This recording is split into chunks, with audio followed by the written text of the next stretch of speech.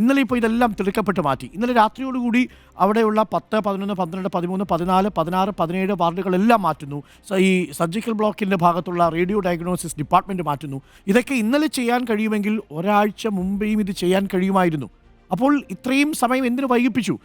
അതാണ് ഇന്നലെ ചാണ്ടിയുമ്മനും ചോദിച്ചൊരു ചോദ്യം. ഈ തെരഞ്ഞെടുപ്പൊക്കെ വരാൻ പോകുന്നതിന് മുൻപായിട്ട് വലിയ കൊട്ടിഘോഷിച്ച് ഉദ്ഘാടനം ചെയ്യാനിരുന്നതാണ്.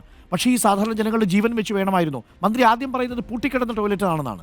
ഞങ്ങളിന്നലെ പോയി ആദ്യം തന്നെ പ്രതികരണം എടുക്കുന്ന ഇവിടുത്തെ കൂട്ടിരിപ്പുകാരുടെയാണ്. ഇന്നലെ രാവിലെ പോലും അത് തുറന്നു കൊടുത്തിട്ടുണ്ട്.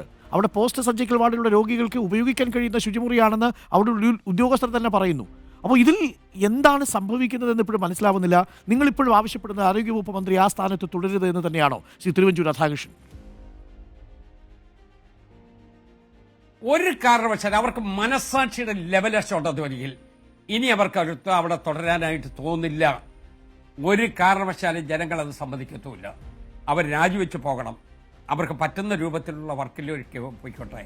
പക്ഷേ ആളുകളെ കൊല്ലുന്ന ഒരു ആരോഗ്യമന്ത്രി നമുക്ക് വേണ്ട.